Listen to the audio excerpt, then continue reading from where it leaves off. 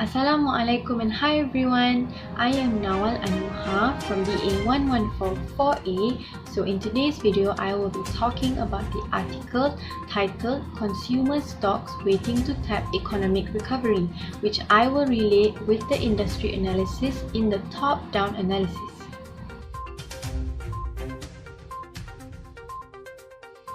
So as an investor, it is important to conduct an industry analysis before investing in a company, as we get to understand the industry's current position in the industry life cycle. So there are 4 stages, beginning from the introduction to growth, maturity, and lastly decline. So we all know that the world has been affected by COVID-19 and Malaysia is no exception.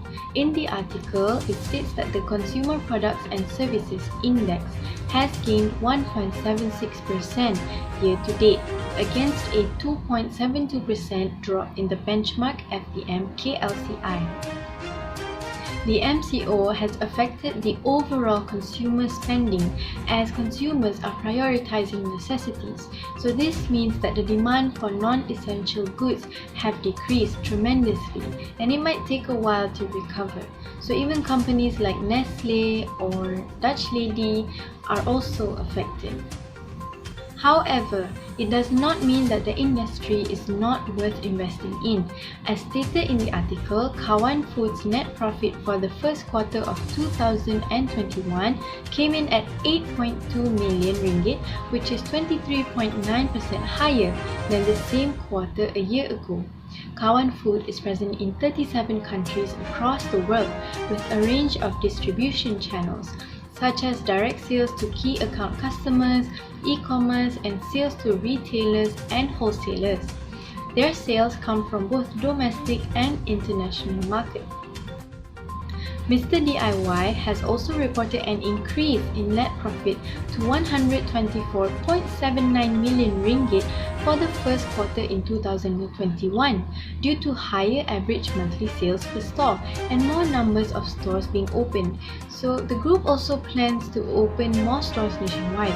Although faced with COVID-19 restrictions, Mr. DIY is still consistent with adding more stores. It has a goal of opening at least 100 Mr. DIY, 25 Mr. Toy, and 50 Mr. Dollar stores nationwide this year. In 2020, it achieved its target of opening 141 stores in total. It also launched a robotic warehouse in Seri Kembangan, which fulfill online purchases faster.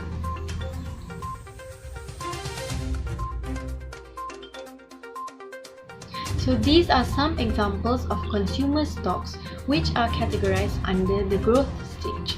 At this stage, it is worth for investors to give these stocks a look, as these products are highly in demand and can benefit investors long term.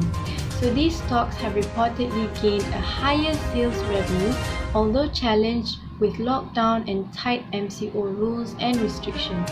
Research analysts have recommended investors to grab the opportunity by investing in these stocks, although Malaysia is currently facing inflation.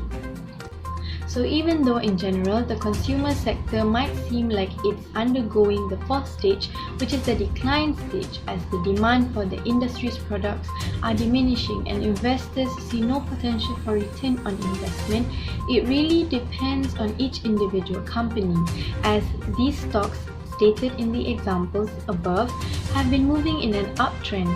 It also depends on the demand for their products, whether they have any new plans in the future like Mr. DIY, maybe their competition, and many more factors. And that is why industry analysis is very important, as it helps to reduce the risk when choosing to invest in a company.